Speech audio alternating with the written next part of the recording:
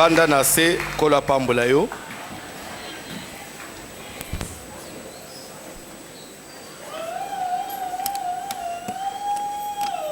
Est-ce que jusque-là,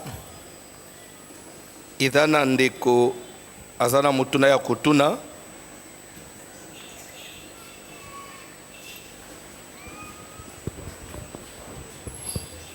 Une question avant qu'on avance. Vous avez une question. Tombola Moussapi. Pas de question et à l'obi Pézali. On peut commencer par là. Ndeko moko atunaki lobi à lobby basalaka quelque part na sécurité. Alors bayambaka ba nationalité belé et des fois à titre de pourboire ba to bayambaka wana batikelaka bango quelque chose. À lobby papa oteyaki au lobby keba na kolia mbongo ya batu ya mabe. Alobi le cas présent au ya bango soki bandeko wana ba nationalité wana baza ba occultiste baza ba magicien ba pourboire ou batikelaka bango, est-ce que ko cause bango di tort? Ndeko ya mibale atunaki alobi likambo ya Eli. Jean-Baptiste, Jésus a témoigné que c'est lui, le Eli. Jean-Baptiste azalaki manipulé na esprit ya Eli. To eza Eli a se réincarné na katia Jean-Baptiste. Ndeko wana ningaki ayeba. Bandeko mibale nde batunaki lobi bongo. Je commence par la dernière question parce que c'est celle qui semble un peu être difficile. On peut nous lire la Bible pour répondre à la question.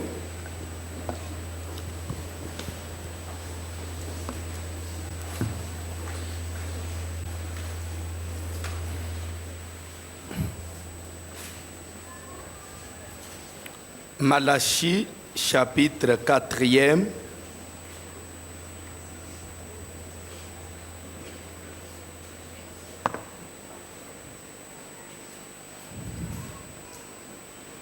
Versets 5 à 6. Malachie,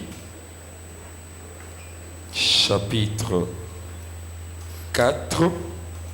Pourquoi il y a ces ronflements-là des instruments, s'il vous plaît, techniques?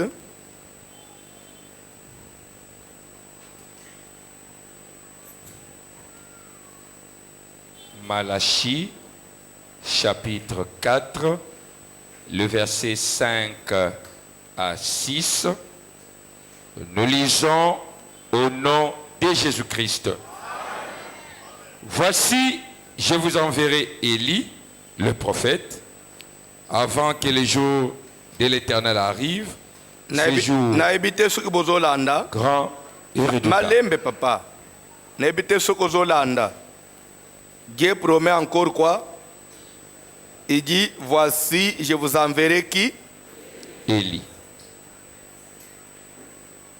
Avant que les jours de l'Éternel toquent, papa.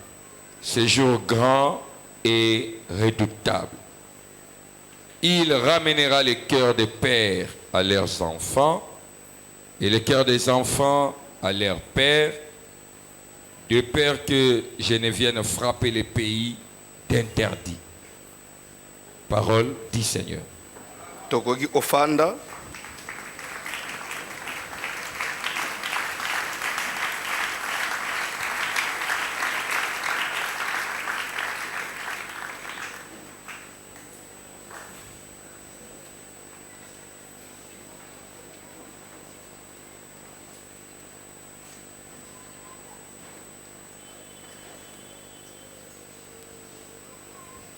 Je commence par, comme je disais, à répondre à la dernière question. Ndekwatuni a lobby que Bible a confirmé que Jean-Baptiste était le Élie. Je crois que c'est ça, hein? C'est ce qu'il a dit. Bible a témoigné que Jean-Baptiste était Élie. Est-ce que il était manipulé ou bien Élie s'était réincarné? Nazoloba d'abord boy. La notion de la réincarnation. Réincarnation, vous comprenez? Hein? Réincarnation veut dire quoi? Réincarnation veut dire muto akufi bakundi esko esprit na ye eye ko botama aye ko se réincarner na mutu mususu do muto ufyake ubotama kote mususu kuna peso akufya botami kote mususu pour dire que c'est la même personne ake ubotama sous place mususu. Cette notion là n'est pas dans la Bible, ce n'est pas biblique. Cette notion là elle est enseignée par les occultistes. Ce qu'on dit quelqu'un qui défend la notion de la réincarnation aux occultistes. Pourquoi? Les occultistes, même à Batuyaba, au monde ba temple moko, ils ont pas temple moko ils ont tongama, basomba aka lupango batongi kitoko propre babongi sena lupango. Uyeba jour ba inaugurete, banjimba ota kasenga na ibite suko kombo église ango na yebite. Ce qui est yonde o yebi mais ça ka propre boy ça ba kwenyos ba sumbi ba buki ba tongi ba silisi ba senga a collecte kuna peso ke osambela na fe ya ita ba kabelo $5 o yebite ezana ishasa mobimba cha uju so ke kita ba kabelo mbongo nasu ba enseigne réincarnation côté wa réincarnation. Pourquoi les occultistes enseignent ça? Bazo tangi sango pona kolongola batu somo ya jugement éternel. Ya que ato kufi ce n'est pas fini. Ok obota masu kote musus muto so akufia ke bota maboy okufi kuna ke bota maboy. D'après eux c'est que ato salignon so sali jugement aux alaté parce que obota mobandel sous visik. La Bible ne dit pas ça. So imuto akufi, la Bible dit après la mort vient le jugement. Il est réservé à l'homme de mourir une seule fois. Et après quoi vient? La Bible dit ça. Mourir une seule fois. Après quoi vient le jugement. Tu n'as pas ce pouvoir-là d'aller soit ou se réincarner. Jamais. Bref, Élie ne peut pas se réincarner dans Atinamout. Il y a Jean-Baptiste, c'était Élie, le prophète. Ndaye o se réincarné faux. Pourquoi? Parce que tout le monde a obotama ya Jean, une prophétie est sortie, l'ange s'est manifesté et sololina papa naye que ta femme va tomber enceinte, a obotama peut opérer combo ya Jean. L'esprit n'a pas, l'ange n'a pas dit opérer combo à Élie, non. Amen. Mais pourquoi des fois on peut obengaye le col Élie? C'est pourquoi on a péci le verset ya Malachi. Avant de répondre, bazotanga sur Apocalypse, chapitre 11e. Comme ça, tous les versets sont balamoko.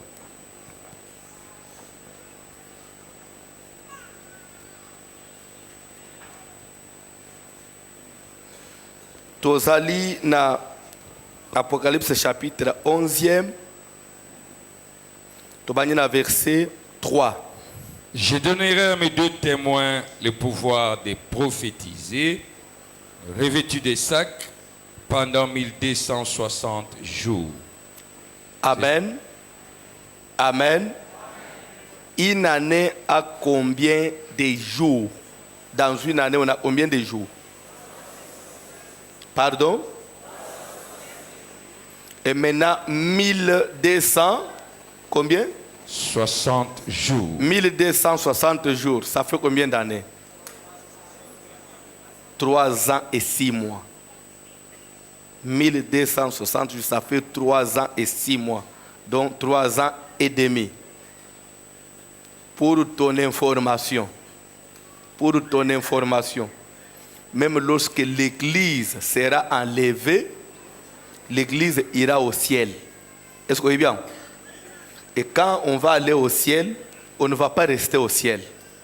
Parce que le ciel n'est pas créé pour l'homme. Le ciel, c'est seulement comme un cadeau. Nous avons distingué. Ils ont prime. Vous comprenez? Mais on passera au ciel 362 jours, ça fera 3 ans et demi. Et après l'église retournera pour vivre éternellement sur la terre. Et il n'y aura ni jour ni nuit, il n'y aura ni étoile, ni soleil, ni lune. Jésus lui-même sera la lumière. Et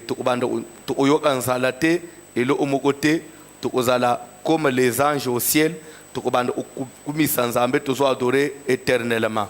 Et ceux qui sont allés dans les temps de feu, où ils en enfer, on ne peut pas zika éternellement. Mais dans notre temps, lorsque nous on sera enlevés, nous sommes au ciel avec le Seigneur.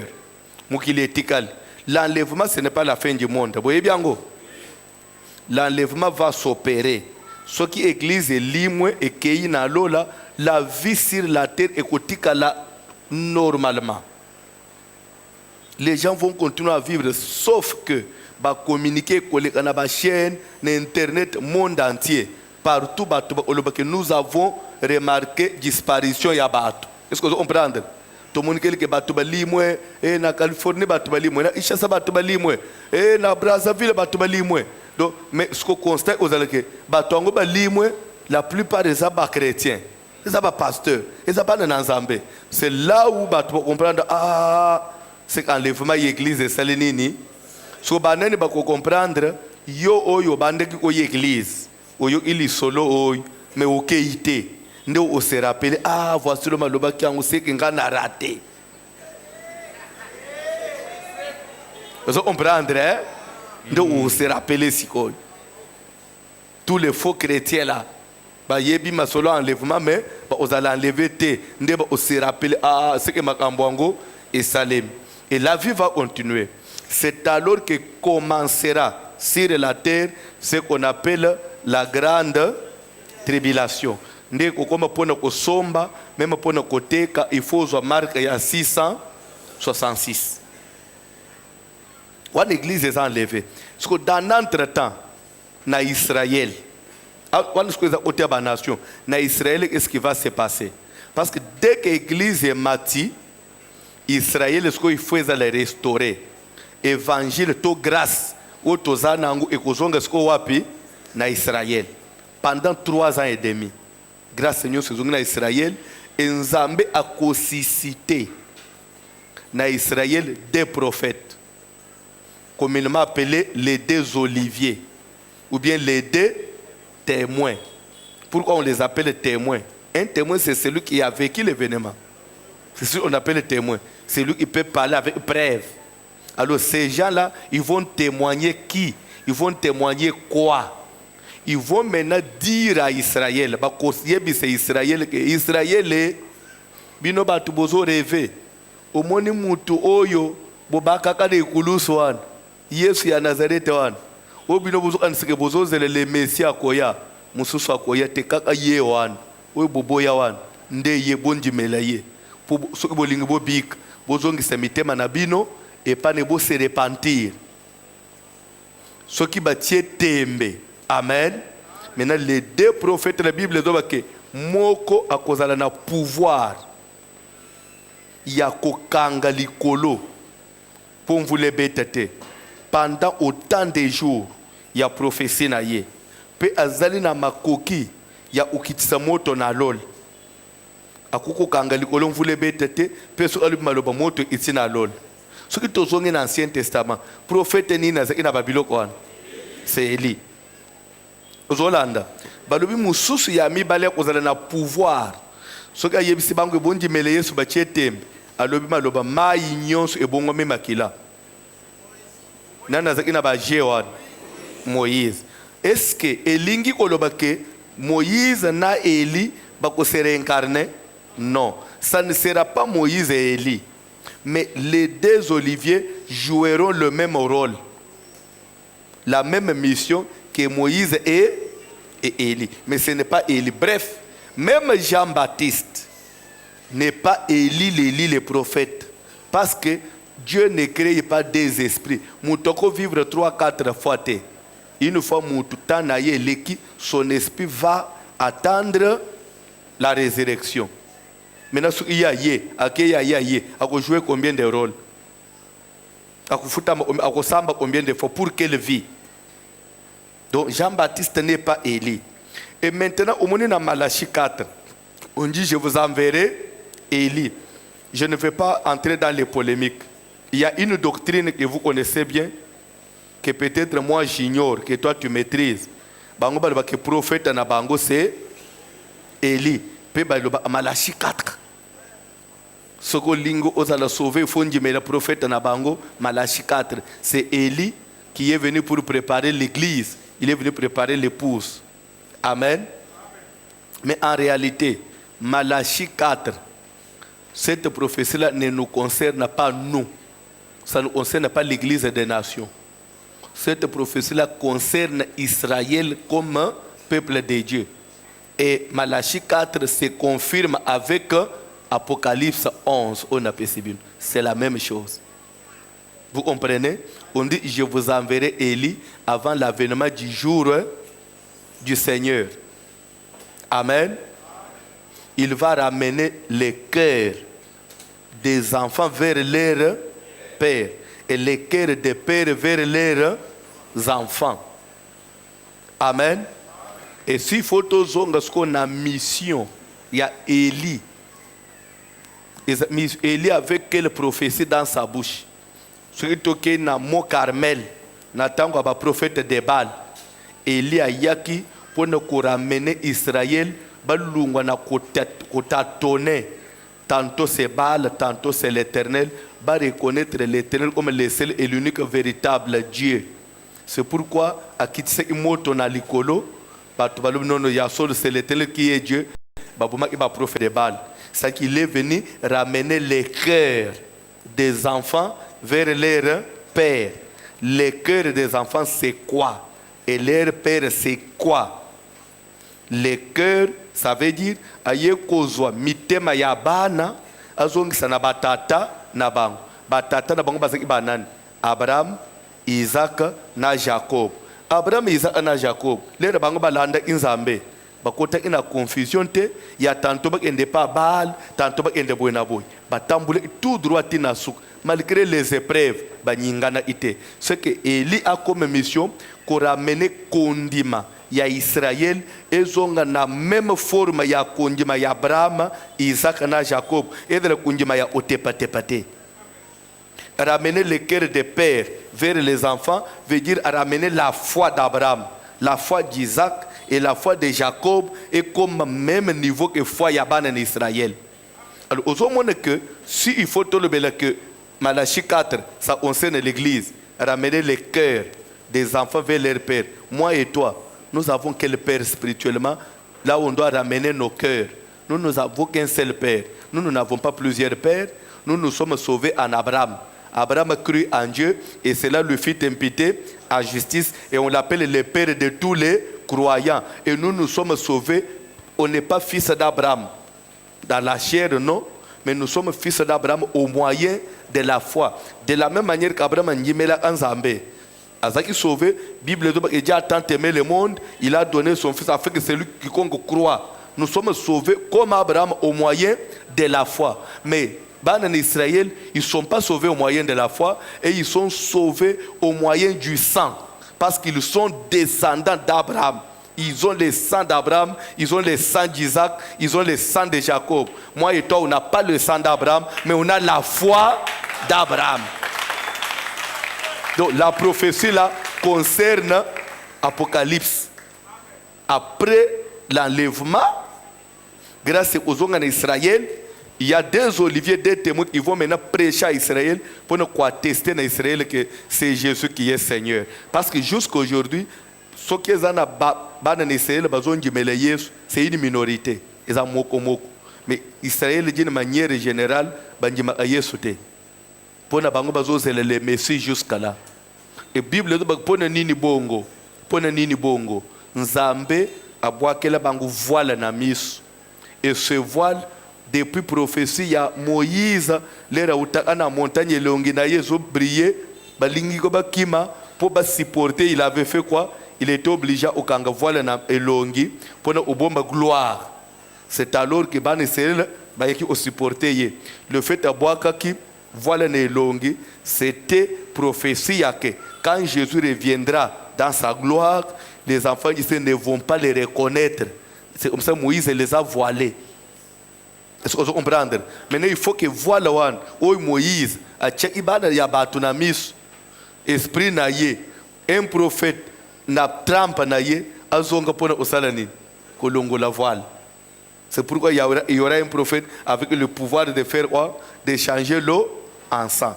Ils viendront pour enlever le voile, comme ça, ils vont reconnaître Jésus pour Bangoupe Bazala sauver.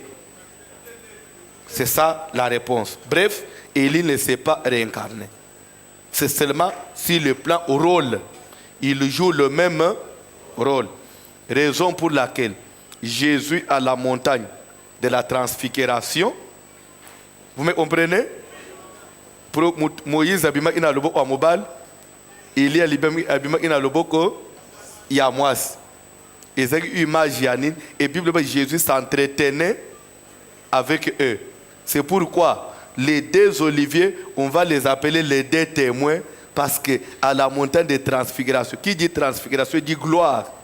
Pour dire que Élie et Moïse, ils sont témoins de la gloire de Jésus. Ils sont témoins de sa divinité. Et ils viendront témoigner cette divinité na bande onabango ba Yuda. Tokoiko ko balisus.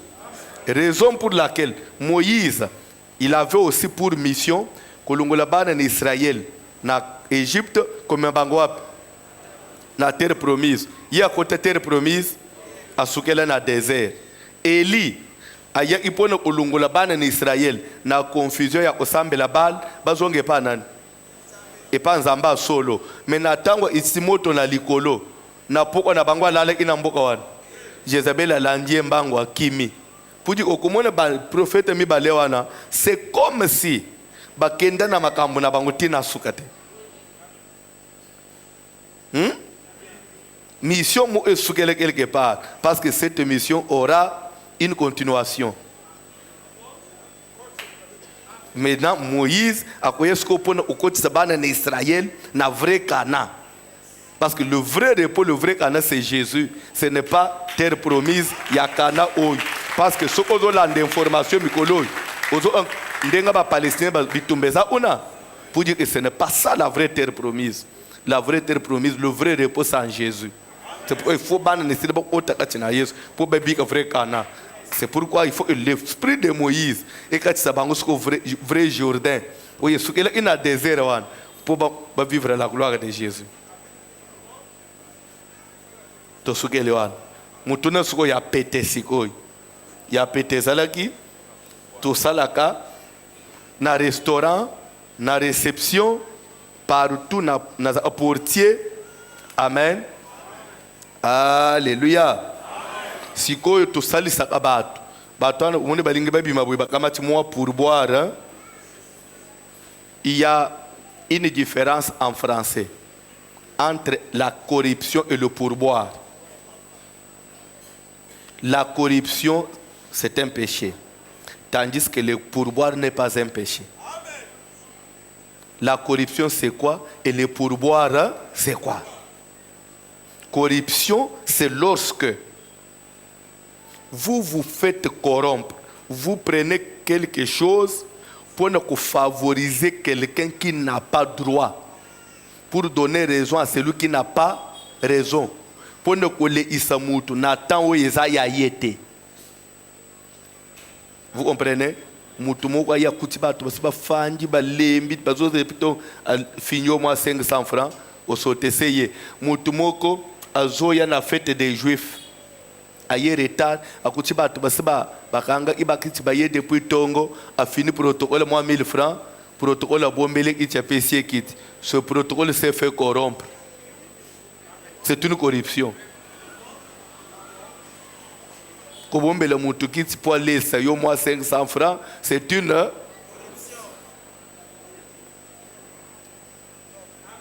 ça demande une repentance publique. Tochelo quitte ya oliboso. Kamere zuyo ndenge una bandoki. Maintenant, au naza juge. Mutu aza na raison yeyo. Mutu aza na tort, aza na mbongo te. Mutu aza na raison, aza na mbongo te. Mutu aza na tort, aza na mbongo alesi yo. Okamati raison pese na mutu aza na raison te. C'est une corruption. Osi mbongo wana olesi bana na yo, c'est une malédiction.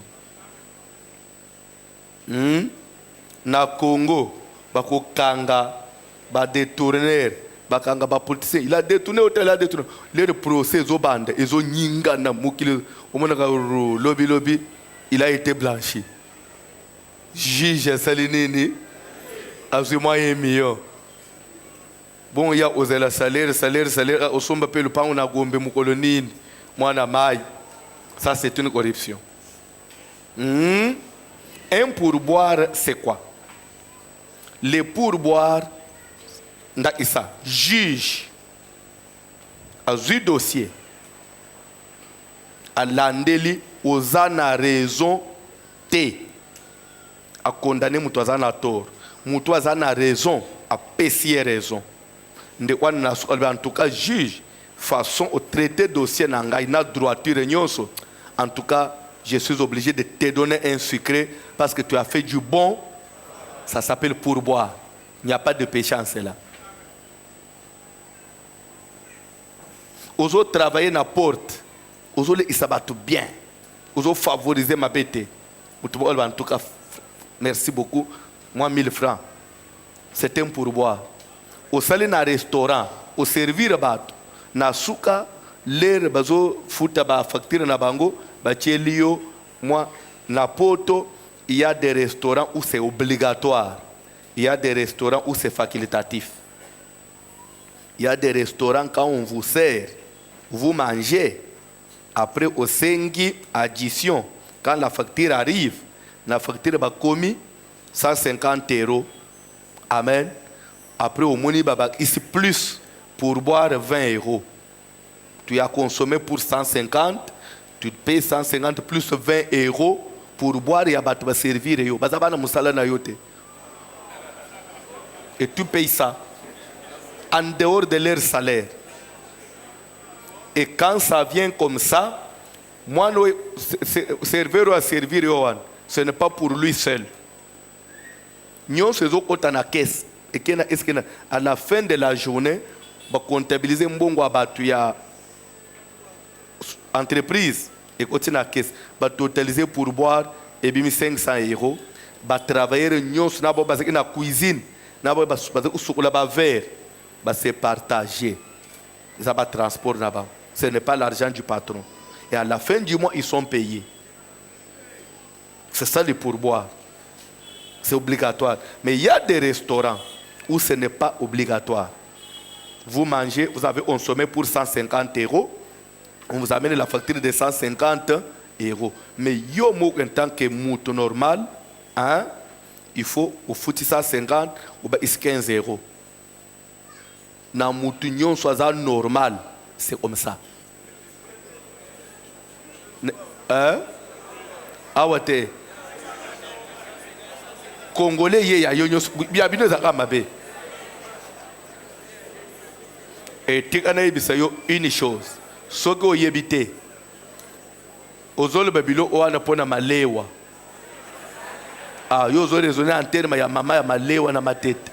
Si vous allez manger na Pullman, OK, ou na Congo Flavour Hotel, na Hilton, ou ba funguli sko na Gombe na ba restaurant minene wana, quand vous mangez là-bas, vous serez obligé de laisser le pourboire. So oyebite. Un patron qui se respecte à côté de ma pambate, équipe opolate, il faut dire quelque chose. Ndo monaka le rozo ya bazo welela yo patron bazo bongisa lo mes mais yo kabakate bako mono njire ba moni yote zo umela Le pourboire n'est pas un péché. Maintenant, la réponse. De quoi l'objet pourboire. Vous comprenez le pourboire, hein? Alors, est-ce que ce que mouton n'a pas magicien, mouton n'a pas occultiste, a pesingai, mbongo na yewana yamabe. Est-ce que kokipe kokanganga? Je dirais non. Tu n'as pourquoi? Le pourvoir, en d'autres termes, est une prime. Il m'a donné, pas gratuitement, parce que je lui ai rendu. Ça prend un service. Ça prend un service. On ne se connaît pas. C'est parce que tu m'as trouvé à un poste. Et quand j'ai bien travaillé, tu as dit me donner suite à ce service-là. Automatiquement, moulili na yo ezokwei. Parce que je ne t'ai pas demandé. Et tu ne peux pas aussi donner gratuitement, c'est suite à un service. C'est comme un remerciement.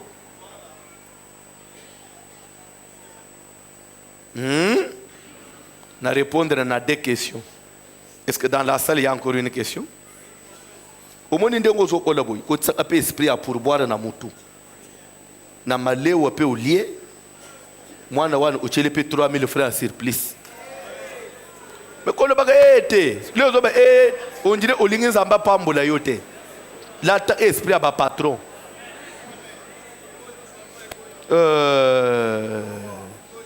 Yo okabela mutu $50 te. O tikeli pe bangu $50. Eh? 50. Mais wana na futi loyer. Ah, umone ufuti loyer. Loyer yangu ya ndenge nini? Wo ya $50 loyer ya ndenge ya kikoso. Ya ndaku babeta plafond te. Au nom de Jésus, nous prions les dieux de l'excellence. Nous avons na excellence. Quand ça a un esprit na yo. Au commande au ticket le paiement to ba $200. So qu'on dit amen et la tanzot.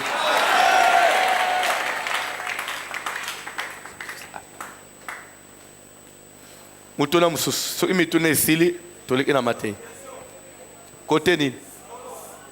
OK, tokei, tona likolo rapidement. Merci papa pour la question. Question nanga ezana Hébreux chapitre 1 verset 4. Bible zoloba que Jésus a hérité un nom plus excellent que le leur, donc plus excellent que celui des anges. Alors, lokola kombo bazo bengango héritage. Biso batoto uti na ba famille oyo kombo bazo pesa yo muto wana salaki mabe mingi. Soit azalaki nganga, soit chef coutumier, soit boy. Alors, na droit héritage, ba héritaka kaka biloko malamu te. Il faut pas hériter même ba nyongo. Alors, devons-nous aussi renoncer. Na droit ya héritage ici, il faut te le aussi on a terme ya droit, oui. On hérite les passifs et l'actif. L'actif. Oui. OK. Alors, devons-nous aussi dénoncer publiquement ndenge bandeko bazo confesser que comme ba pesa nga moto wana zaki na misala mabe. Pour que diable atika ko réclamer biso ou bien de na solo baboy omoni mutu no zoto nangawa oyo tuni lelo wa même mwana muke église wa répondre parce que même na barek ete ba pesa ka bien aimé sambe la pona ombo ba pesa yo papa pas seulement devons nous confesser quand nous prions que toi attaquer combo mais Dieu qui est le tout puissant akutani na Jacob na Peniel, c'est de là et même le nom de Peniel est venu. Babundina Jacob butumobim. Jacob bisinzambe, je ne te laisserai pas partir sans que tu m'aies béni. Babundi nzo ande Jacob boy. Utamela bumwana na ye. Atambula na nzamba landa nzambe. Mais stabilité comme telle zwa kangote. Ya yenyo sezaka ya forcer. Pour azwa bénédiction à papa. Et c'est que la telamba inde onaye na maman ba sala moi Guillaume mo ba osa papa pour la Rachel il fallait doubler cette année 2 fois Rachel en pour bota et comme ba mindondo pour zwa richesse na bokilo et comme bitumba ba ki salaire na 10 fois tinzamba hotelaye pour lungwa nanda wa bokilo alanda yembangu na ba to quartier pour babo mayi il avait compris que c'est vrai. je sers Dieu, mais ma vie, je ne vis pas la bénédiction facile. Vie chrétienne, chaque jour, il y a un forcé. J'ai compris que j'ai un problème. Malgré les révélations, mais dans ma vie, il y a un des jours, mon Nzambe akanga Nzambe. Bénis-moi. Nzamba lubi tikanga na kende. Ya lubi na kotika yote. So oko boya opambola ngai. Tongo eko kanga biso na yo. Lele Nzamba moni ke tongo eko mikoya. Lokola nzoto na ye tanela ka tongo te. Zo comprendre? Ya ye nzoto suka kana mulili. Suku tongo elinge tana ebikile bezo bebe. Parce que le corps de Dieu éternel, le corps de Jésus est éternel à ton côté. Les baliers à Sainte-Seine, Sainte-Seine est éternel à ton côté. Parce que Sainte-Seine est en zoto à Jésus. Et soukaka na moulili. Vous comprenez? Nda yebisi Jacob, tu veux quoi? Oh la bénédiction. Quelle est? Mitunanan. Quel est l'apport et a-t-il entre bénis-moi et quel est ton nom? C'est comme pour dire que, pourquoi tu demandes la bénédiction? Est-ce que so la omulini ba pesa yo? Pourquoi vous avez béni? Il y a le but. Mon nom. Mais mon nom c'est Jacob. Mais Jacob veut dire quoi? Ce qui est une origine. Jour à Botamaka. À Botamaka, le bo on a yé kanga. Ya yene sauna lokol. Ozoye bango. Nde basage pour ma pesa yé kombo Jacob. Qui veut dire supplanter. Vous comprenez? Qui veut dire il faut que moi mensonge, moi force, moi mécanisme. C'est ça que ça voulait dire son nom. Bénédiction, quel est ton nom? Comprends. Quel nom on t'a donné? Au moment où on compliqué, yo forcé témoin zoa. Mon nom c'est Jacob Zamba Lebi. Tu ne seras plus appelé. Désormais, Babengayo. Mais Dieu qui est le Tout-Puissant, pourquoi il ne peut pas délivrer seulement Jacob et laisser les noms? Pourquoi il a changé de nom? Pourquoi je nous emballe au Tanana Abraham et l'ungo Abraham est comment? Abraham. Pourquoi Dieu a changé? Sarai. Pourquoi il est comment? Sarah. Et pour ce qu'on y habite, Jean-Baptiste, leur ange a annoncé que moi, si je suis Elisabeth Omemazem, l'ange n'a pas donné moi vide. À qui n'a plus loin, cet enfant doit porter le nom de. Pourquoi Dieu il a préféré donner le nom lui-même? Parce qu'il connaissait mission Jean Kozo. Ce qui va y opérer combo à Mukili.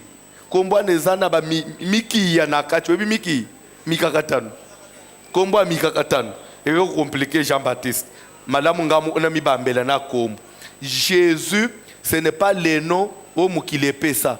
On dit le nom qu'avait indiqué l'ange. Jésus, c'est Dieu lui-même qui a donné le nom. Mais il y a un apes. Combo et memelaka mutu malheur. Combo et comme memelo célibat. Combo et memelo koufa. Parce que derrière le nom, il y a l'héritage. Si cet héritage est mauvais, vous allez vivre de mauvaises choses. Si c'est un bon héritage, c'est pourquoi j'ai un enseignement sur YouTube, Soko Beti, sur les noms. Au cours de tout un enseignement, il y a sur YouTube, où ils ont sur condamnation des noms. Et dans condamnation des noms, nous avons 3 formes de condamnation. Il y a les noms qui portent des significations négatives. Il y a des noms circonstanciels. Et il y a des noms oyo ezolandisa viandoi. Cet enseignement est sur YouTube. C'est pourquoi il y a des gens, il y a des quoi.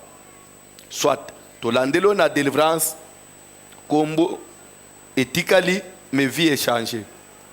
Ou soit obligatoirement il faut changer au combo. Et il y a des gens dans cette église qui changent le combo sur le yébité.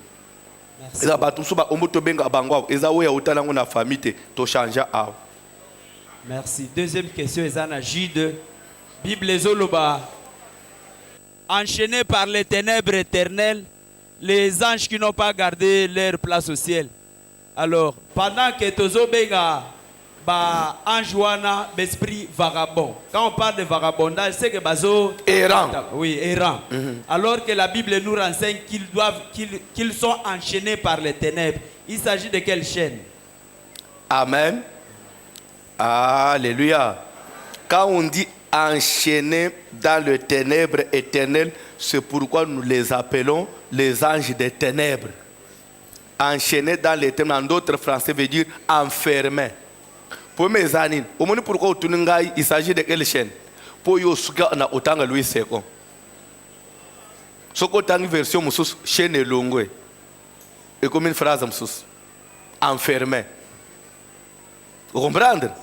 Ah, pour autant que version on le beli chaîne. Enchaîné veut dire enfermé. C'est-à-dire quand ils ont péché, ils ont été déchus de la grâce. Déchéance. Vous connaissez la déchéance? Déchéance, c'est quoi? Déchoir, ça veut dire quoi? Nda Issa. Tu vas expliquer yo. Amen. Ndeko moko aye a commis congolais, mais il n'était pas né congolais, à une nationalité congolaise. À cause de la libanais, à cause de la Ndingari. Il y a des Ndingari qui sont des Congolais. Il y a des Libanais qui sont des Libanais qui sont maintenant des Congolais, des Indiens qui sont des Congolais. Beaucoup peuvent voter parce que ce sont des Congolais. Dans une nationalité, pas Baoumeliao. Maintenant, ce qui est quoi na salima kambu moko et atteindre ti et porter atteinte na nini à l'État. Donc non. Azo mérité ce qu'on a la Congolais, mais le la zande on a biso naturellement te. Moyen peto to bomba ya ezatalo on peut la nationalité après qu'on benganaye. C'est tout des choix et donc des déchéances, c'est-à-dire on a enlevé l'humilité, on a enlevé la grâce. Il a été, comment on dit, abattre les âmes. Déjà vous comprenez. Alors ces anges-là, quand ils étaient dans la présence de Dieu, ils vivaient dans la lumière éternelle, dans la grâce de Dieu. Mais à cause du péché, Dieu a ôté cela. À l'onguli d'unité, c'est on dit déchi de la grâce. Donc Zambé à l'onguli d'unité, au bas inangu ya bumwana na Zambé ya lola ya kukote pa na Zambé ko bimandenga balingi. Maintenant à boire que les bango moulili parce que qui dit Dieu dit lumière, qui dit Satan dit ténèbres. Alors enchaîné dans les ténèbres, c'est-à-dire ils sont dans les ténèbres. C'est éternel. Il n'y aura pas de révision, pas même de mesures de grâce. Quand on dit enchaîné, c'est-à-dire que c'est total. Rien ne peut être revu à l'air. Donc ce n'est pas des chaînes comme si chaîne balinga boy. Ça c'est le jeu des mots français seulement. Mais tona mi balé ota ba mama tole anamate. Na lobi ba mama. Likolo eza mama. Ba mama pe fo ba yo isavoir na bango. Ba mama bolali bwana mituna te. Bino nyonso bo comprena. Ah ba mama yele. Likolo lo bano papa ba mama ba yo mama mo aza déjà na mikolo toke mama. Pardon? Ma question est celle-ci. Si nous nous rendons dans des boutiques et que nous achetons beaucoup et que à la fin, le vendeur nous fait un bonus, est-ce que ce bonus-là peut avoir un impact spirituel si le vendeur est un sorcier ou un magicien? Non. C'est fondé aux autres, c'est que j'ai beaucoup acheté. On me fait une remise. Alors comment on fait une remise? Parce que j'ai beaucoup acheté. C'est un droit. C'est le prix me paie. Parce que vous avez beaucoup acheté. Dans ce exemple, il y a des sociétés, je ne vais pas faire de publicité des sociétés, mais c'est ma société, ma sanga, ma société, ma plastique, ma société, il y a ma ciment. Il fonctionne comment? Vous achetez au prix de l'usine et vous allez vendre au prix de l'usine. Vous avez prix au bazo teka kit wana na wenze. Soko ke na usine osomba c'est le même prix. Ah mais zomu tuna me ndenge na zo ata o lobi ndenge nini osomba na même prix eza na wenza na usine.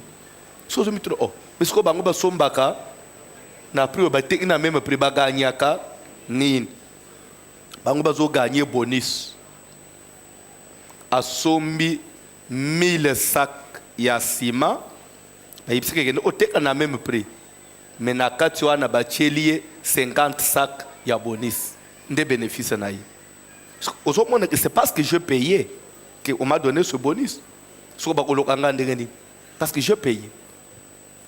C'est une convention. Lorsqu'il y a une convention, je suis couvert par la convention.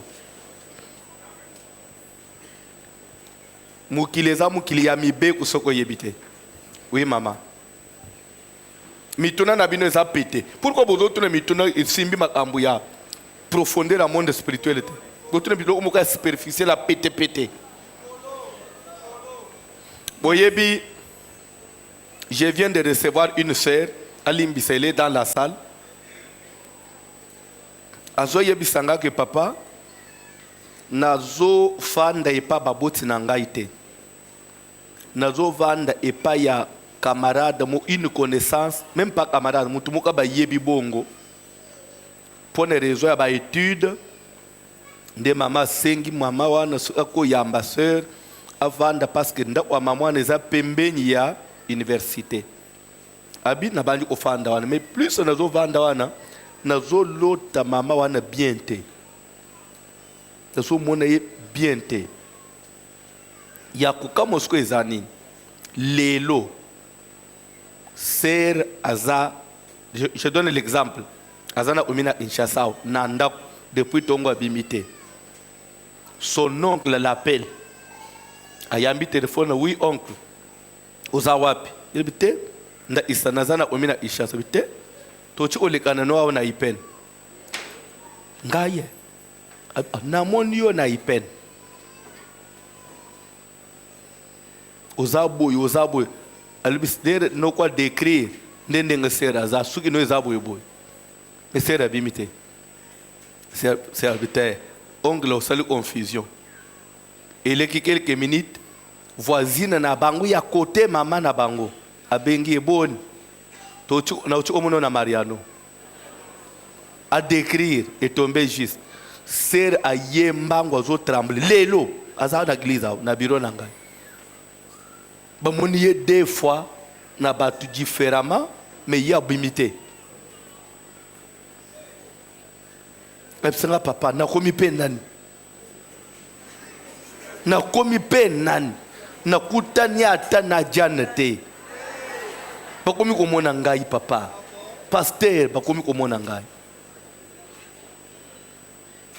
Maintenant la raison peut être quoi? La réponse ça peut être quoi? La réponse peut être quoi? Ndako ya fanji. Bisika zolo tabando to mabewa. Cette dame là est tamzir de manipuler maintenant. On est ce que c'est manipulation de l'esprit. À quoi qui obimisa même yondoki. À quoi qui cause longi na yo. A même place mo biloko ebungi place one. Yo munaka batu ba kotina pa babandi obeta yo. Uchi ko yibe pa na biso. Mais yo obimite. Keba. Aza mwana muki aza. Ayebisanga papa na bimika kabo na sokolite ni na chika roba na nzoto na ye fosilo mazawapi. Na kominani. Ce que c'est même mutumo où je pouvais douter mais deux personnes, la voisine. Mukilezo enda wapi? Oui maman. Ke ba pe yo pe ba mona yo. Tam sundengo vanja ba mono na ngaba. Ba mono na ngaba kuna mais yo za na église. Ah ça commence mal hein. C'est que Yesu omi pembenya oya. Donc maman. Merci pasteur. Nanina eba par exemple on a ôté que la mutu na magasin et que batu baoya osomba biloko. Pona ni nozana itambala na mutu toza mutu polele pona ni. Répondre à nozana na mutu polele pona ni. J'étais au travail, je ne savais pas que j'allais venir ici. OK, chrétien na tambula ana itambala na sac. Prochainement ozobima chaki tambala na sac potala oyesi ko oye. Toge as. naotekela mutu bon prix ya eloko wana ezaka $100 par exemple, mais soki baye osomba na matisi prix 120 et les $20 nazwi, est-ce que eza na conséquence? Zamba pambola yo. Une bonne question. Merci. Une bonne question. Au moins une question wana ezokanga bato ebelawo place oza nozolenga. Hey, pasteur akoloba nini nzambe? Pasteur akoloba nini na sambwe osambwa?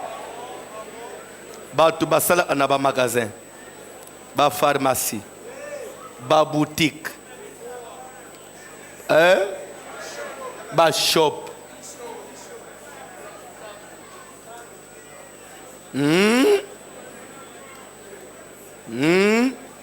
Na bano bakendaka osala wenze. Zombongo kende osomba biloko na wenze. Mugilezo kufa mama wana mutude yope fale utun obomi bato beleti. Obomi bato lelo nzambe mugileza obeba. Bolande réponse. Bolande réponse. Na basi ya mabala ngubali apesi yo mbongo kende osala provision. Oh. Deni basi ya mabala mbazo tumbo kwa deza oyibate. So eza osala ngana na répondre tio omembala mo ukata. Ozomona ba mama. Je vais répondre. Je vais répondre. Tozo tanga Bible. Nazo répondre na otanga Bible. C'est que c'est grave. C'est que mukileza ukufa.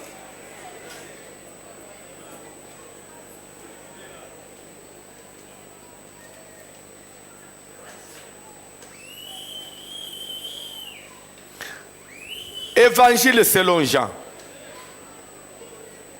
chapitre 1er, verset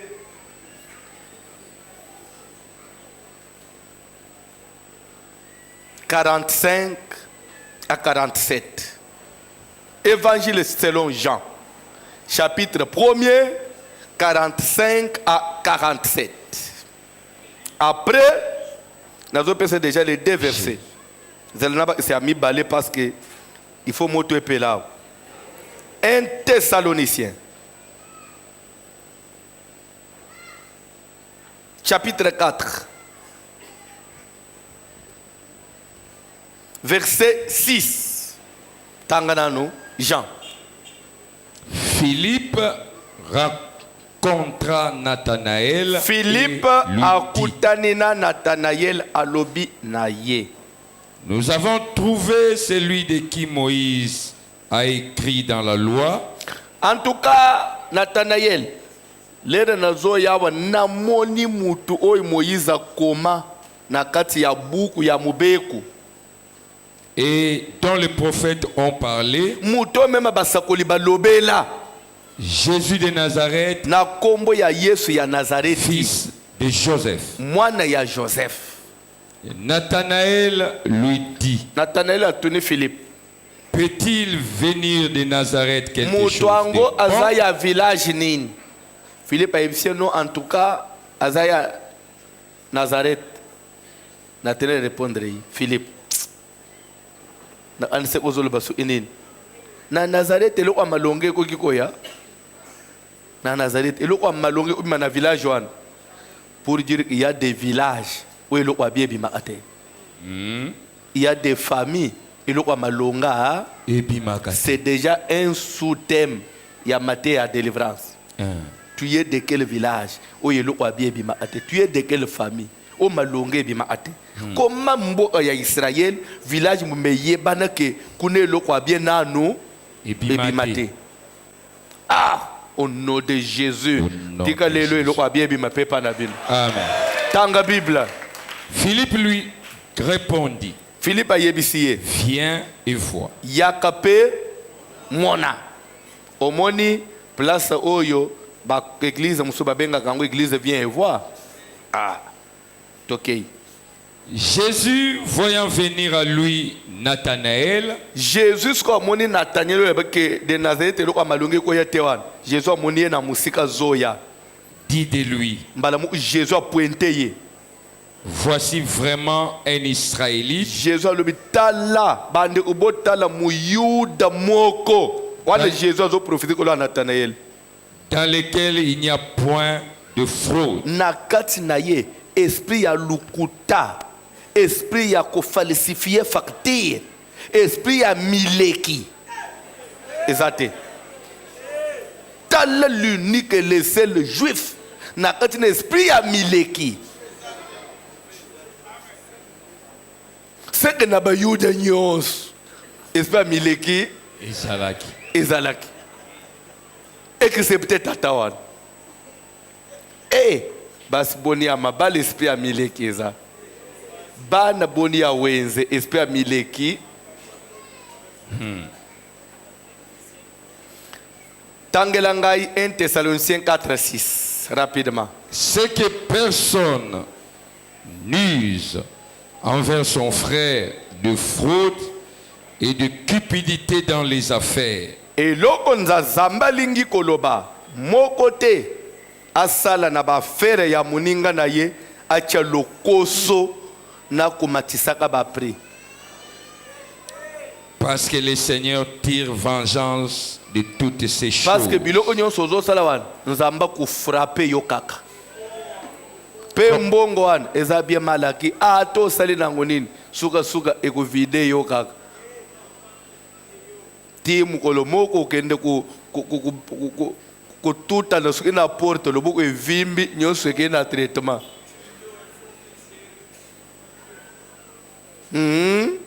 Maintenant je vais répondre. Vous avez déjà Bible, position à Bible. Oui, parce que ça n'a pas na bas, baza mitema mabe. Nanda famille yangu boza famille ya passe. Mbongo bazo peso ya wenza malonga te. Yo fasala tout, asomba tempio gelala. Mais à 1000 francs. Yangu soki boyebite ba jeune fille. Bo mituna ate ba jeune fille baza connecté ere nyonso na mituna na biso ba toto salaka lere mu utozanga a connexion yo za ka connecté ozo mbongo soki na batu baza connecté les jeunes filles bazanga accrédité wenze oyo wenzi papa boyebi makambo na zole ba. Même na famille, soko bengi mikolo ozwi bango te, benga jeune fille. Yende ozo parce que il faut la connecter. Wana mystère ya weze. Nazo koba, na lingi sko na répondre, wana Bible sko na lingi na répondre. Nazo teka na magasin. Ba ibisanga ke teka lamba oyo na $20. Teka liputa oyo na $10. Nga isu imutwaye na bandi na 13. Tobundi. Alobi kada za na 9. Nebisa en tout cas suka 12. Yabi non naza na 10. Alobi en tout cas suka muni mwaye kende na kitio na 11. Amisi $11 a pesinga. Na kaye na komi 10. Parce que nebisa na teka na ebi mbongo na ye. Est-ce que na ebi mbongo ya peron? En angai na zioy. Eza muno omakasi na ngai. Nana répondre te tozo solo là. Oh mais il y aura la conclusion non? Il y aura la conclusion non? Nana conclure te na le est que d'après yo yibi mbongo na ye? Yoka. Yoka. Oko quand est-ce que okozala oyibi et quand est-ce que okozala oyibite? Quand est-ce que kozala moyibi et quand est-ce que kozala moyibite? Et kozala moyibite du moment où nazo sola na maman mukolo maison na papa mukolo maison papa ye bon ndenge zala est-ce que ndenge pesinga ba priori na ko banda pe des fois ko manœuvrer moi mike ce que monani na zui pe transport abi oui il n'y a pas de problème ngai nazal besoin ya mbongo na ngai Ce que l'homme qui on pesa yo, il y a une transparence, il y a une convention. Il n'y a plus de péché. Et je peux même le faire il y a à présent. Je le fais, parce que moi on est dans l'ongole de 2000 francs nanga. Mais du moment où lui n'est pas d'accord, non, ce qu'on s'est dit, c'est un client. Marché comme une concurrence à ma casse. Bandam balamu upri nangai, te kapilo onangai, na lingo sale bilo onawanate. Et tu le fais, tu as péché. Tu as péché. Et de deux, bamusuba kende plus loin.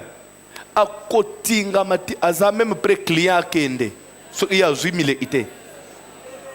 Ngande na teke la kaye ya fanji ngana zuelo utakende na yusko kende. Là, ça devient encore de la sorcellerie. De la sorcellerie. À moins qu'il y ait convention. Ce qu'on a zolo babou. Ou en Afrique. Bon, ce qu'on a ya poto ba discuter avec l'autre. Prise à net. Ce qu'on a parce que tous les prix sont affichés et on ne discute pas. Si c'est 23 €, c'est 23 €. Virgule centime, c'est virgule centime. On n'enlève pas, on n'ajoute pas. Des places congolais au Conde. Toke ce qu'on a wenzi. Ok wenzi. Kende osomba ndunda, somba mpioji, somba boy. Ukakuli, otikali na mbongo. Mwana malamu, mbongo etikali. Connaissant condition de vie tozana. Na ye mama e natikali ina 5000. Ah mwana nangai. Bakisango ata mungu, bakisango ata pilipili. Wenze na kenda ki 3000 eleka ki na bakise kuto libo emususu ya matembele parce que na mone ki matembele ngfaso ekonyi zamba pambola yo. Yoko sala ngote. Ba sere nyoso baboyi balibikia. Omonenga babudenga kia. Nganda sanga crédit. Bref, tikala oyeba que fraude. Ba tobele ba kotela ngoli fait. On dit fraude, esprit à fraude. Fraude, donc fraude. C'est pourquoi masumu toyeba ezaka kolongola zemi kindumba na kindoki mais oyebi peteke kaka makambo. Yesu azolo ba que voici un Israélite dans lequel il n'y a point de pour dire que Dieu condamne la fraude.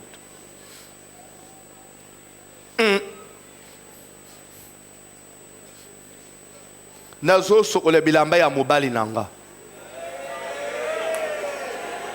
Avant na che bilamba na mai na binono na tala na ba poche parce que moi si oyaza instruite akoche bilamba na mai te soka fuye ba poche te. Na che loboko boye $20 ya sika. Mutu ango avant na bima na tuni ye mbongo bina anelo ote.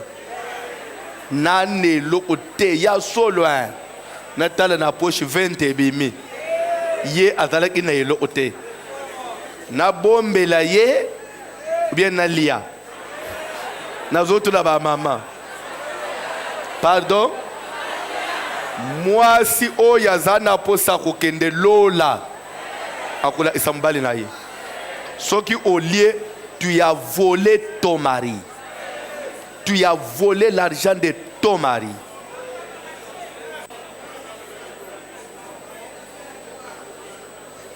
Et ce qu'on y habite, il y a de maris païens.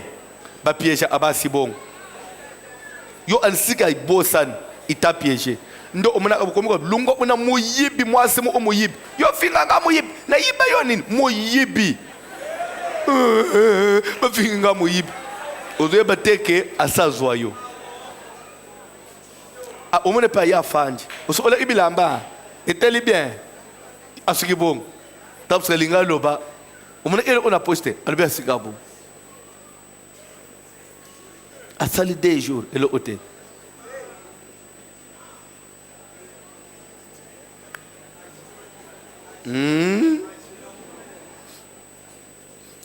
Mobali o ya pesi moi simbongo a commerce. Mobali nda pesi moi simbongo ya moi sabani osala commerce. Mbongo yotie pa nani?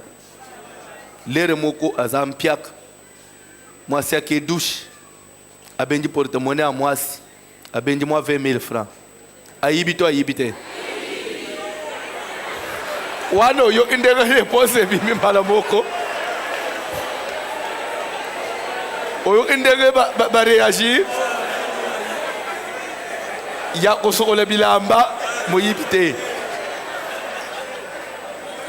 yoka mobali wana ayibi mobali wana ayibi d'ailleurs ngai na ndenge babokwelelanga ngai ndenge babokwelelanga babotelanga bayebisanga ke mobali aza chef mobali afuya biloko ya mwasi te eza komikitisa eza komidiminue mbali atiaka maboko na saka ya mwasi te c'est diminuer parce que vous êtes tala à niveau ça omisi na niveau ko ufuye bilamba ya mwasi oluka mbongo lobo za mibalo ya basse classe mibalo ya bachanana mibalo ya batina te oyo bamelaka lotoko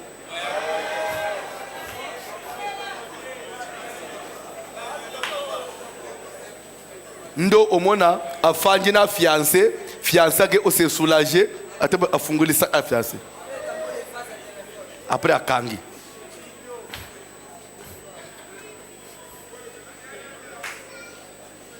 mobali alali mwasi azwi telefone ya mobali abeti mot de passe akoti abangi kotanga asali lisumu to asali lisumu te telefone ya mobali na ye moko pardon nazotuna bamama asali lisumu to asali lisumu te pardon lisumu to lisumu te lisumu te pona ni lisumu te poni lisumu te pardon non bamuso balobi lisumu te bamuso balobi nazana balobi poni ni lisumu te pardon pardon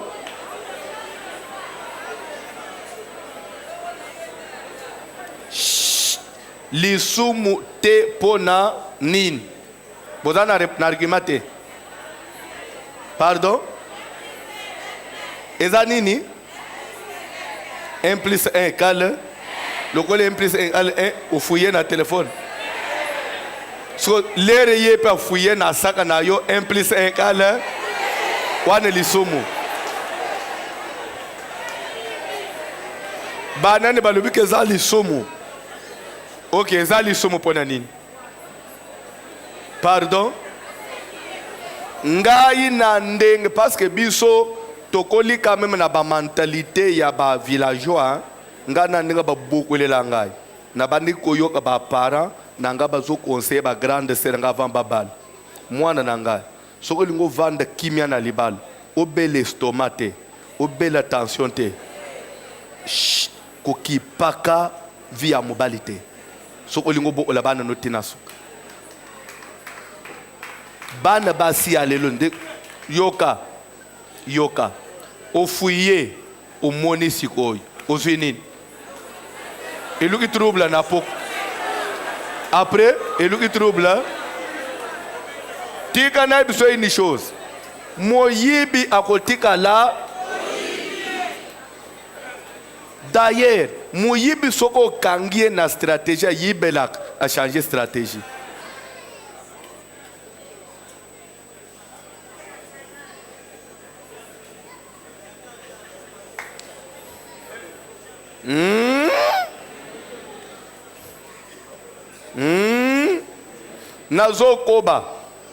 nazokoba bongo mobali oyo mpe azwa atelefone ya mwasi akoti na répertoire hein? Pardon? Zoua na ndenge siko ngai mboka tie na yebeli l'homme peut fouiller le téléphone de la femme mais la femme ne peut pas fouiller le téléphone de l'homme na ndenge ngai mboka tie na yebeli mais yoka mais un homme civilisé qui a na lebeli d'abord de option. Pour un homme civilisé, ça ne sert à rien de fouiller le téléphone de l'autre si on a confiance.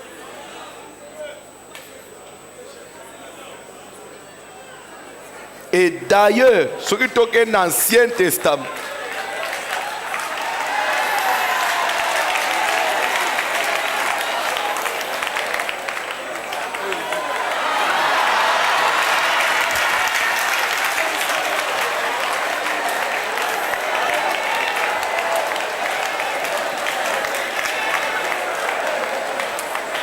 Papa Benjamin, vous vendez un écaboué, même dans mon salaire, una. Kaboué, vous regardez.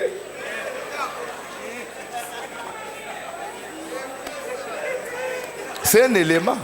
Vous pouvez comprendre l'eau en salité. On peut s'y prendre, on peut prendre, aux à côté, tenaye bana, aux à côté, au lingolo banin.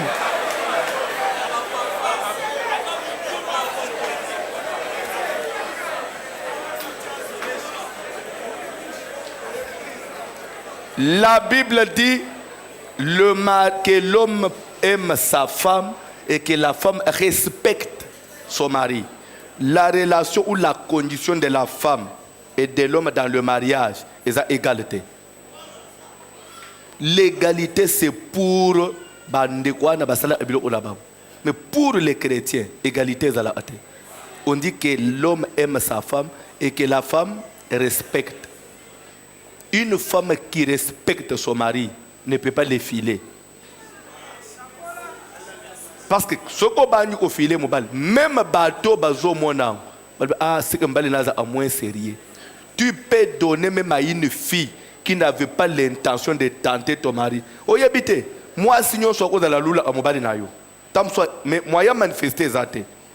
Mais les gens ont l'intention, c'est que à moins sérieux, n'a pas occupé comme mégaillé. Mais qui a donné les intentions? Toi-même.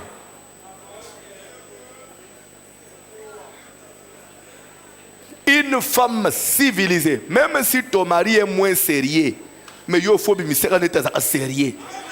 Non,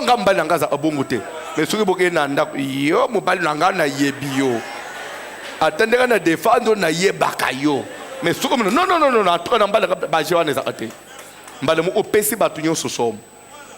ce que ah,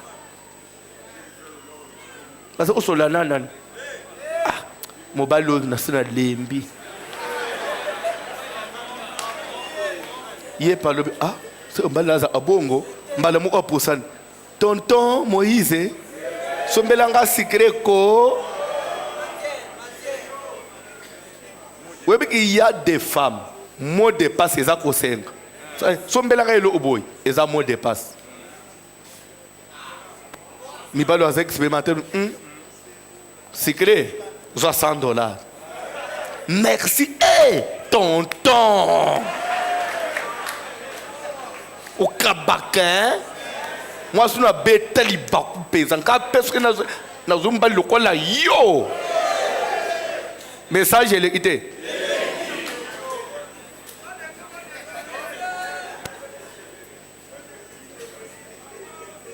Tokoko balobi telemalikolo eza nini na bino as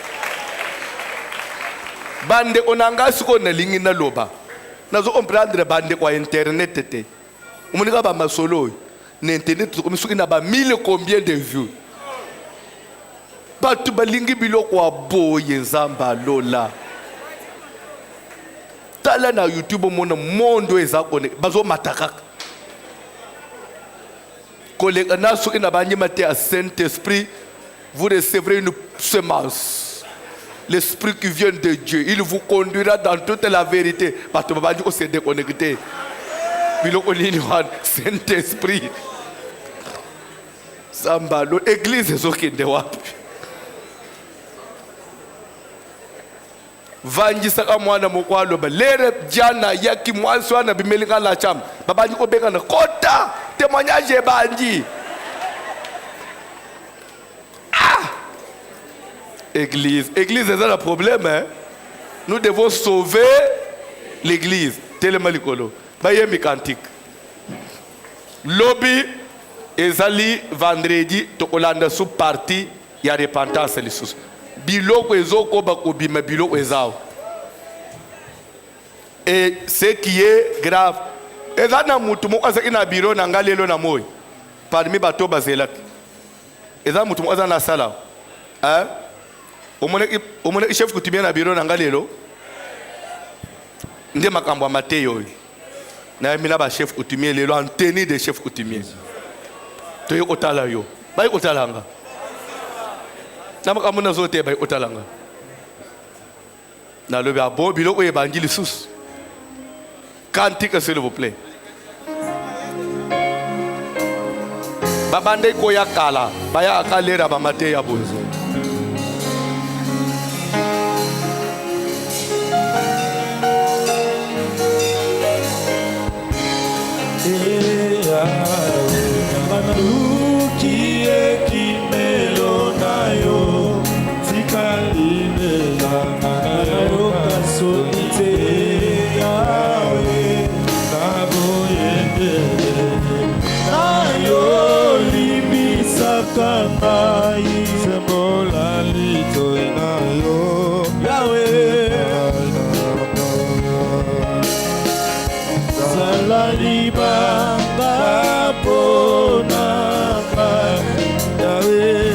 Yahweh Osandi ekimelo nangai kolona bondeli olimbisaka ngai Yahweh kolona bondeli olimbisa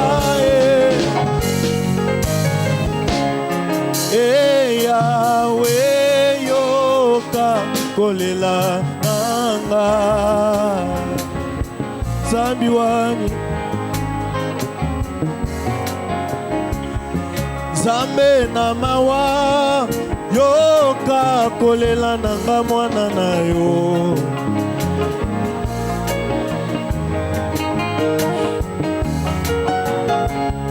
Masumu nangai eka bolinga na yo Yahweh nanga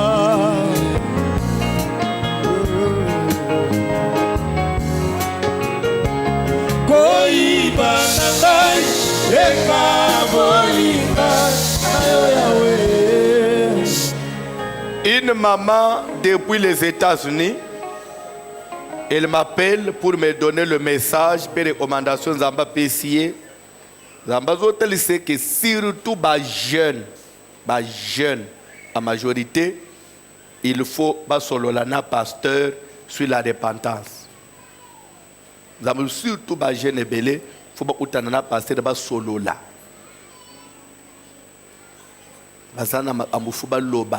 Parce que moi, Dieu, je vais visiter.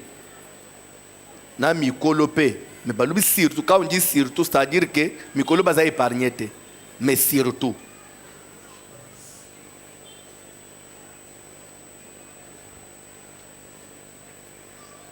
Ozo sa la prière. Ozo na makamba otubel.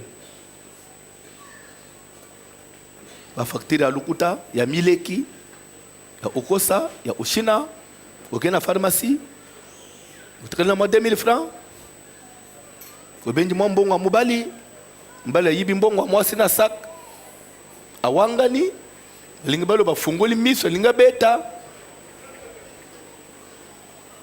nyongwa dim, oyibi na nzambe, wana kutu, liwa. Tosengima wana nzambe tosambeli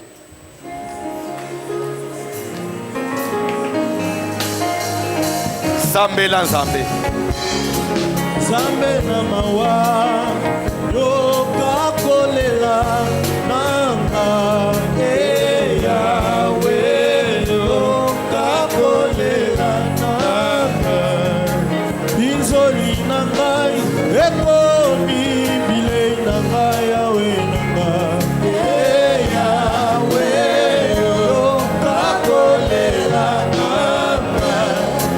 Lokuta nangai eka bolinga na yo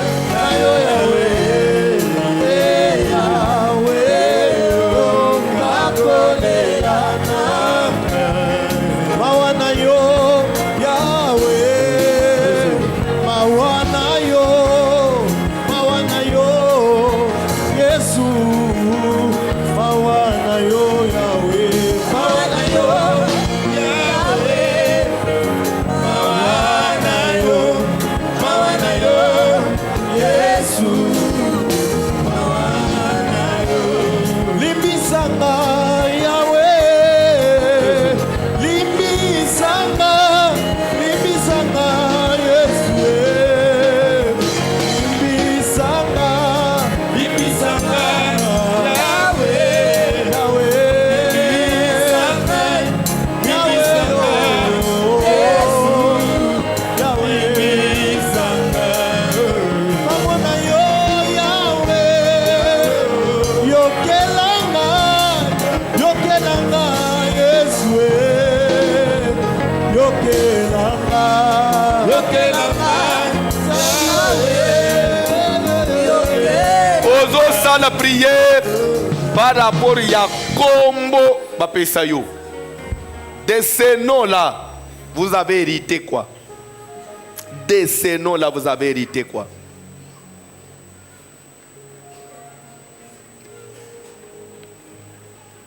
Bwebili sola Jaibed. Sola Jaibed des anines. Maman pesa Jaibed de combo suite à Yanine. Il disait, je l'ai enfanté dans la douleur. 1 Chronique chapitre 5, je crois. Chapitre 4, verset 40e verset, vérifié. Maman n'a pas payé combo. Trouvez-nous, papa, vous me lisez ça rapidement. 1 Chronique 4, 40e verset rapidement. Pardon? 29, rapidement. 1 Chronique 4, à partir du 9e verset. Rapidement. Jaïbet était plus considéré que ses frères. Jaïbet, Sa mère lui donna le nom de Jaïbet à cause de la façon maman en disant, alobi boy. c'est parce que je l'ai enfanté avec douleur. Poete mwana yo na botaye na riska liwa na bunda na maternité mwana nga mema mulimu na ngai te ye kombo na ye Jaibed pe obike bana bongo bazaka kusimba mwana wana te na bote na pota césarienne mto usimba mwana zaneta zo isanga pota césarienne. Pour la maman c'était comme ça ndabambi mwana kombo ya tanga Bible ensuite Jaïbet invoqua le Dieu d'Israël. Jaïbet sko atali vina ye makambo zo simbate abandi ko belela nzambe ya Israël atuna pourquoi na vina ngai ya ça ne va pas. Si tu me bénis et que tu étendes mes limites, Seigneur soki okopambola ngai osali peke na vi pe na fungwama na fuluka na mona kende pe musika. Si ta main est avec moi, soki lobo on peut kozala na vi na ngai et si tu me préserves du malheur, et que olongoli pasi na vi na ngai en sorte que je ne sois pas dans la souffrance, na tinete pasi oyo nazanango na vi na ngai esila. et Dieu accorda ce qu'il avait Et commandé. Dieu exauça.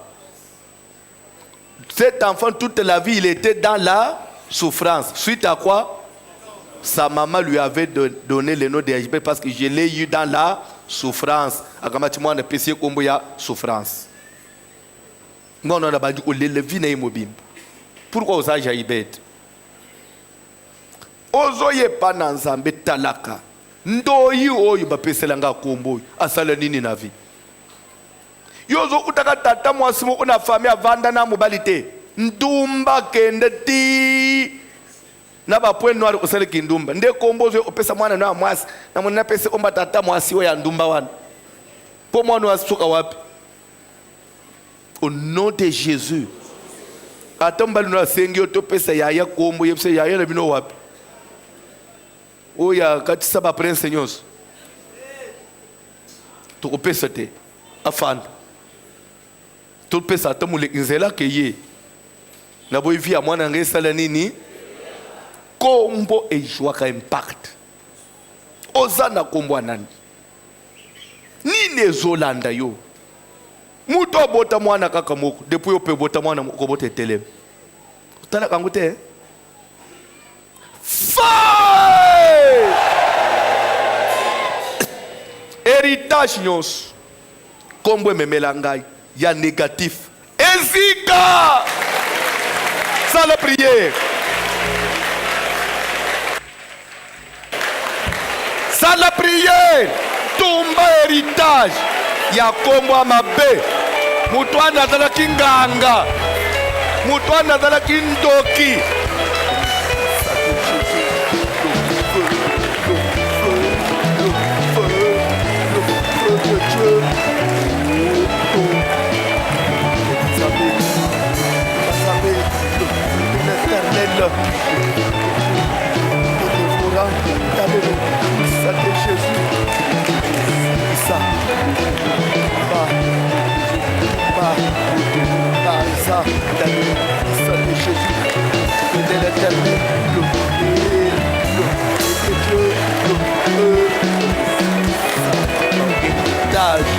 négatif na nzoto na ngai héritage négatif na kombo bapesa ngai dans le sang de Jésus dans le sang de Jésus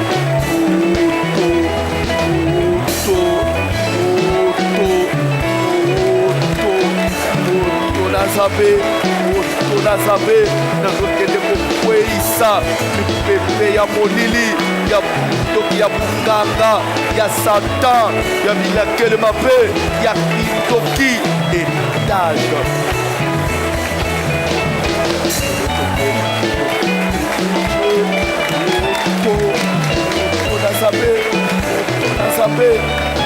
nazabe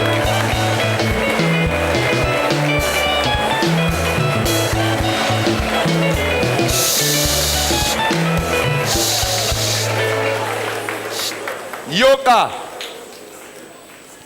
tozolobela sur le monde de landa makambo nazoyebisa yo il y a des gens toke nanu na Bible après tozongi na mokili amen vous allez comprendre que tous les prophètes kobanda Ancien Testament et Nouveau Testament tous les prophètes qu'on annonce avec les noms d'Élie ils accomplissent la même mission que oui ou non quand bien même comme on est aux Jean Baptiste mais on l'a appelé comme Élie pour jouer au rôle d'Élie quand même aux Olivier un des deux témoins mais parce que aux na j'enverrai à jouer la même mission qu'Élie pour dire que les noms peuvent faire un transfert il y a musala et l'eau moto na salak mbalamu elanji mwan so oyebite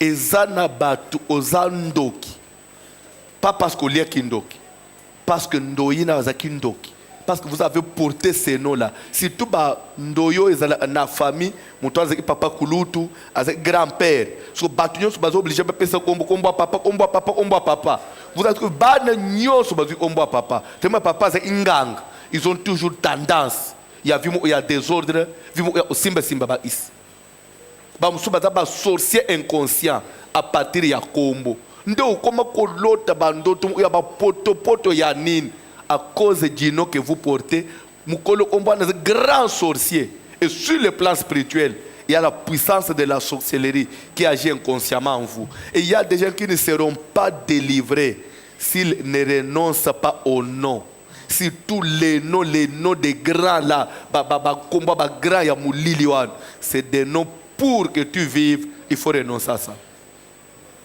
Dans le domaine de la délivrance, toujours matin, au moment où il y a des gens qui ne peuvent jamais avoir les délivrance s'ils ne font pas ça. La délivrance est conditionnée à beaucoup de choses. Et ça n'a pas changé de ce que l'on a maman na binoté. Maman na misala mulil oyebiango bien. Opesi omba mwana na yo mbalemo mwana wana ke na école o papesa ngai eloko na komi umona bato na butu kindoko elangi pam si le papa et la maman ne sont pas sorciers il est très difficile mwana zo kindoko na ibi makamuna zote ou soit biso mibale toza bando ite mais il faut qu'il y ait une raison une porte d'entrée. Il faut qu'il y ait catalyseur moko. Soit c'est le nom yandoïnaï. Ne peut s'y porte. Pourquoi faut pas baby c'est le moine? soko monika mwana yo soki nalali nazomona bato na butu bazo ozwa ngai d'abord ya liboso bino mibale papa na mambo vanda bomitoni na kati na biso na za ndoki parce que mwana ni biso ko beba te soki biso mibale toyebi elo ote soki bosololi bien te soki moko na bino za ndoki azokosa chose grave. Dernièrement j'étais dans l'église dans une de nos assemblées à Paris. Un frère vient me voir en pleurant. Ah bien voici l'homme qui nous a fait amener à Kalembelembe. C'est notre maman. Il y a un problème, il y a un chose qui est kindoki. Il y a un problème, il y a un maman, il y a un problème, moi kangi misal. Ti nazobomba ba makamusu parce que je voudrais pas que épée ça va signer que c'est telle famille. Mais lelo depuis na koma poto. Mutu nazolo tazobungi sanga c'est notre propre maman mutu même son église, mutu la service yo. Alobi ti na bengi mama ne mama. Ozo salangani yo mutu boto ozo bungi sanga bopona ni. Na confondre pas voici l'homme maman qui met église alingi so osambela depuis quand on confondre pas voici l'homme. Effectivement maman qui met église. Maman boy église pour les ah papa bon église ça est pas na yo. Je ne comprends pas. L'air moi na yebisana. Ne lo maman de bino qui met le biso. Papa maman zo salanga boy. Na kozale tina mbeto na ngai na zana poto. Na ostoka boy na zo kushena mama bilambe baby. Na omena ba poma ya faiblesse totale. Et c'est notre maman. Bandeko na comprendre ah mwana wana beba. Ndio mwana mama zo tindika mwana za misalamu lili mwana za biente toza kipena mwoko aya koko na ngai landela koko na ngai kindo kieleki nzo ande tena so na mwana oh me koko zo nyoko langana ba jeune yepe fa jeune ye mtu apesanga indo ki pasteur so ngamu ozo koso osanga bo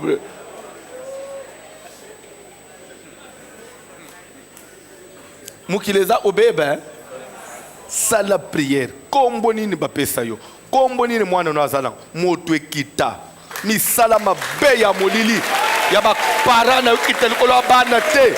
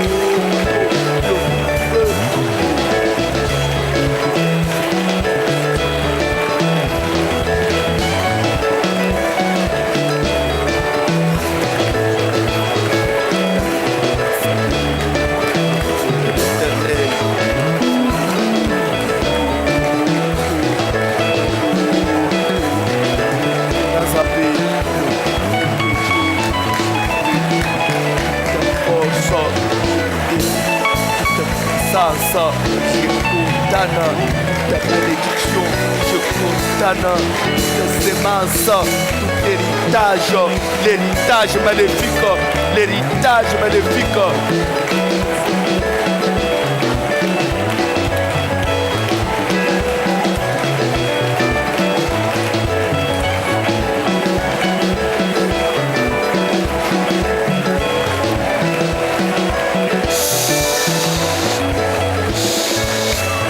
Yoka Kobo sanate tozana service tema nango ezali ôter du milieu de toi toute personne qui bref un esprit humain. Tozo aussi ce service na biso dimanche et le même dimanche tobangi deuxième sous-thème. Toujours dans le monde des esprits parce que nazo, si tout va bien, si pas demain dimanche, nazo longwa na manipulation des esprits, nazo introduire un autre sous-thème. Et semaine tozo banda, thème to ozanango ezali destruction de tout héritage maléfique. Destruction de l'héritage maléfique. Tout ce que j'ai hérité de mal, tout ce que j'ai hérité de ténèbres, tout ce que j'ai hérité de sorcellerie, il faut être dans la dette. Okoki kolonga Satan si tu as son héritage. Okolonga monde de ténèbres si vous avez leur héritage. Feu!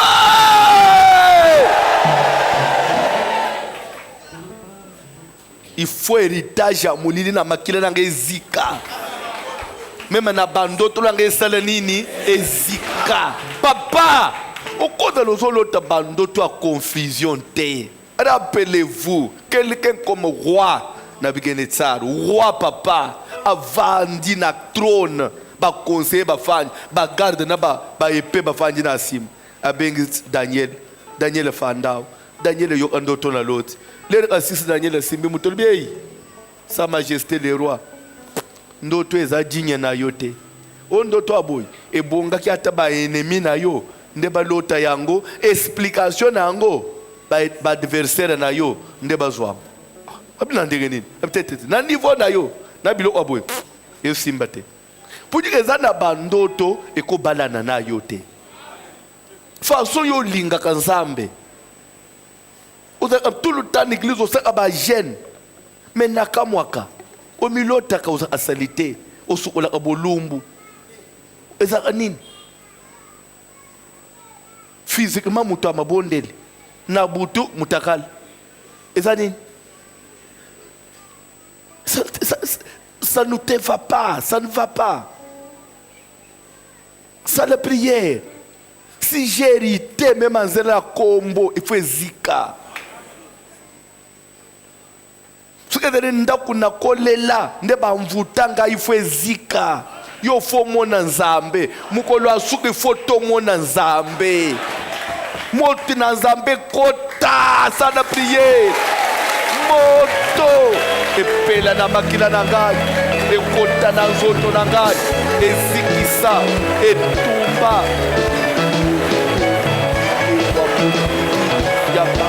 Ya banganga, ya pilakele babe moto na zabe, le feu, le feu.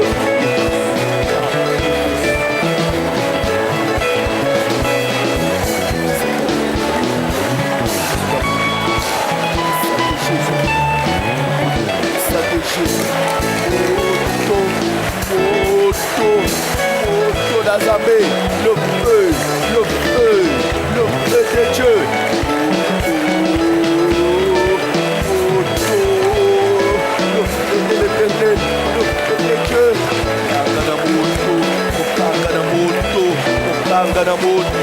Mopanga na moto nazozikisa ilemwa molili ya kitoki moto héritage nyonso ya molili ya Satan ya bilakele mabe na makila na kombo bapesa ngai na kombo na zwa ezika ilemwa molili ezika héritage diabolique ezika baba.